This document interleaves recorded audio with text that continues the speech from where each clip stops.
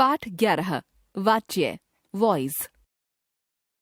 वाच्य वॉइस का अर्थ है वाणी या कथन। वाच्य के अंतर्गत किसी एक बात को थोड़े से अर्थ के अंतर के साथ दो तरह से व्यक्त किया जाता है। दोनों कथनों का मोटा मोटा अर्थ तो एक ही होता है, पर फिर भी दोनों कथन 100% समानार्थी नहीं होते। जैसे बच्चा किताब पढ़ता है, बच्चे से या बच्चे के द्वारा किताब पढ़ी जाती है। इन दोनों वाक्यों कथनों का मोटा मोटा अर्थ तो एक ही है, पर फिर भी दोनों के अर्थ में थोड़ा सा अंतर है। वाक्य क में वक्ता द्वारा बच्चे की किताब पढ़ी जाने के कार्य को प्रधानता इम्पोर्टेंस दी गई है, जबकि वाक्य ख में बच्चे के कार्य को निरस्त नेगेट किया गया है या नकारा गया है। नकारने से तात्पर्य है यह दिखाना मानो किताब पढ़े जाने की क्रिया में बच्चे की कोई भूमिका ही नहीं है। हिंदी में कर्ता के कार्य को अधिकतम सीमा तक निरस्त करने के लिए प्रायः वाक्य से कर्ता का लोप ही कर दिया जाता है। जैसे बच्चा किताब पढ़ रहा है, कर्ता के कार्य को प्रधानता देना। बच्चे से या बच्चे के द्वारा किताब पढ़ी जा रही है, कर्ता के कार्य को निरस्त करना। किताब पढ़ी जा रही है, कर्ता के कार्य को अधिकतम निरस्त करना। वाच्य के भेद। वाक्य में कर्ता के कार्य को प्रधानता दी गई है या उसके कार्य को निरस्त किया गया है। इस आधार पर वाच्य के दो भेद हो जाते हैं, कर्तरी वाच्य एक्टिव वॉइस तथा अकर्तरी वाच्य पैसिव वॉइस। आइए दोनों के अंतर को समझते हैं। कर्तरी वाच्य जिन वाक्यों में वक्ता द्वारा कर्ता के कार्य को प्रधानता दी जाती है या महत्व दिया जाता है, वे वाक्य कर्तरी वाच्य के अंतर्गत आते हैं। कर्तरी वाच्य के वाक्यों में अकर्मक तथा सकर्मक दोनों ही प्रकार की क्रियाएं आ सकती हैं। जैसे कर्तरी वाच्य अकर्मक क्रिया वाले वाक्य, बच्चा सो रहा है, लड़की रो रही थी, वह रोज सुबह दौड़ती है। कर्तरी वाच्य सकर्मक क्रिया वाले वाक्य, बच्चे नाश्ता कर रहे हैं, पिताजी टेलीविजन देख रहे हैं, वह अभी होमवर्क कर रही है। अकर्तरी वाच्य अकर्तरी वाच्य के वाक्यों से तात्पर्य उन वाक्यों से है जो कर्तरी वाच्य के नहीं है, अर्थात जिन वाक्यों में वक्ता के द्वारा कर्ता के कार्य को निरस्त कर दिया गया है। कर्ता के कार्य को निरस्त करने के लिए वाक्य की संरचना में कुछ परिवर्तन किए जाते हैं। एक तो कर्ता के बाद के द्वारा या से परसर्ग जोड़ दिया जाता है। जैसे कर्तरी वाच्य बच्चे नाश्ता कर रहे हैं, वह होमवर्क कर रही है, बच्चा सो रहा है, वह नहीं रो रही। अकर्तरी वाच्य बच्चे के द्वारा या बच्चे से नाश्ता किया जा रहा है, उसके द्वारा होमवर्क किया जा रहा है, बच्चे के द्वारा सोया जा रहा है, उससे रोया नहीं जा रहा। अकर्तरी वाच्य के भेद।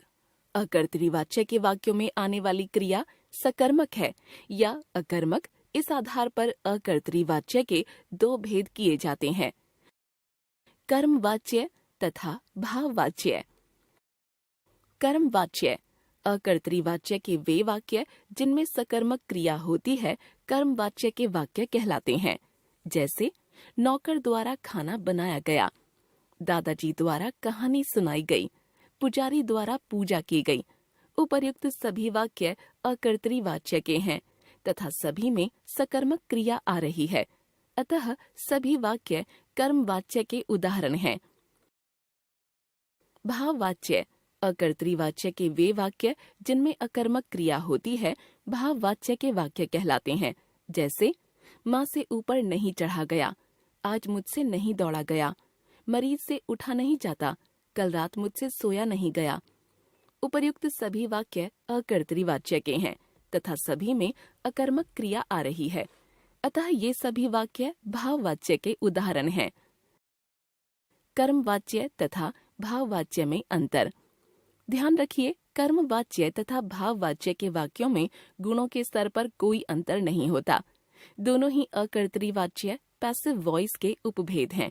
अंतर केवल इस बात को लेकर है कि यदि अकर्तरी वाच्य के वाक्य में सकर्मक क्रिया का प्रयोग हुआ है तो वह कर्म वाच्य का वाक्य होगा, और यदि अकर्मक क्रिया का प्रयोग हुआ है तो भाव वाच्य का। वाच्य परिवर्तन। कर्तृवाच्य से कर्मवाच्य तथा भाववाच्य में परिवर्तन किया जा सकता है। आइए देखते हैं। कर्तृवाच्य से कर्मवाच्य बनाना। कर्मवाच्य बनाते समय कर्ता के बाद से अथवा के द्वारा परसर्ग जोड़े जाते हैं।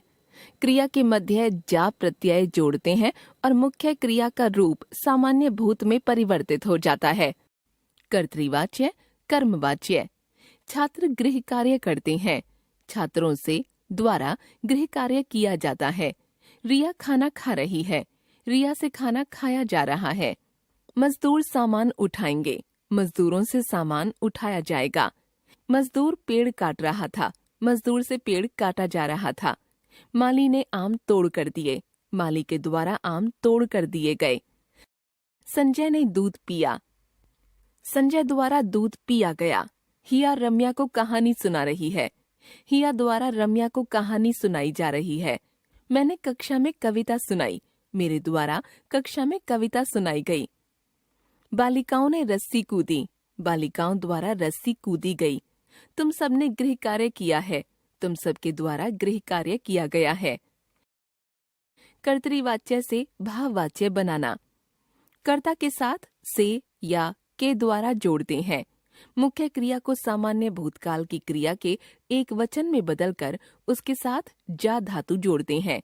क्रिया हमेशा एक वचन, पुल्लिंग तथा अन्य पुरुष में होती है। कर्तृवाच्य, भाववाच्य। छात्रों ने कक्षा में शोर मचाया। छात्रों द्वारा कक्षा में शोर मचाया गया। कुत्ते भौंक रहे हैं। कुत्तों से भौंका जा रहा है। अब चलें? अब चला जाए? मैं चल नहीं सकता। मुझसे चला नहीं जा सकता। रोहन सुबह जल्दी नहीं उठता। रोहन से सुबह जल्दी नहीं उठा जाता। वो जोर से हंस रहे हैं। उनके द्वारा जोर से हंसा जा रहा है। पेट दर्द के कारण मैं सो नहीं सकी। पेट दर्द के कारण मुझसे सोया नहीं जा सका। मैं आज पढ़ नहीं सकता। मुझसे आज पढ़ा नहीं जा सकता। तुम्हें रोज जल्दी उठना चाहिए। तुम्हारे द्वारा रोज जल्दी उठा जाना चाहिए। मैं और नहीं चल सकती। मुझसे और नहीं चला जा सकता। एक बार फिर से, वाक्य में क्रिया की रचना कर्ता, कर्म या भाव के प्रभाव में होती है। क्रिया के कहने का ढंग ही वाच्य कहलाता है। कर्म वाच्य में कर्ता के साथ से के द्वारा लगाते हैं।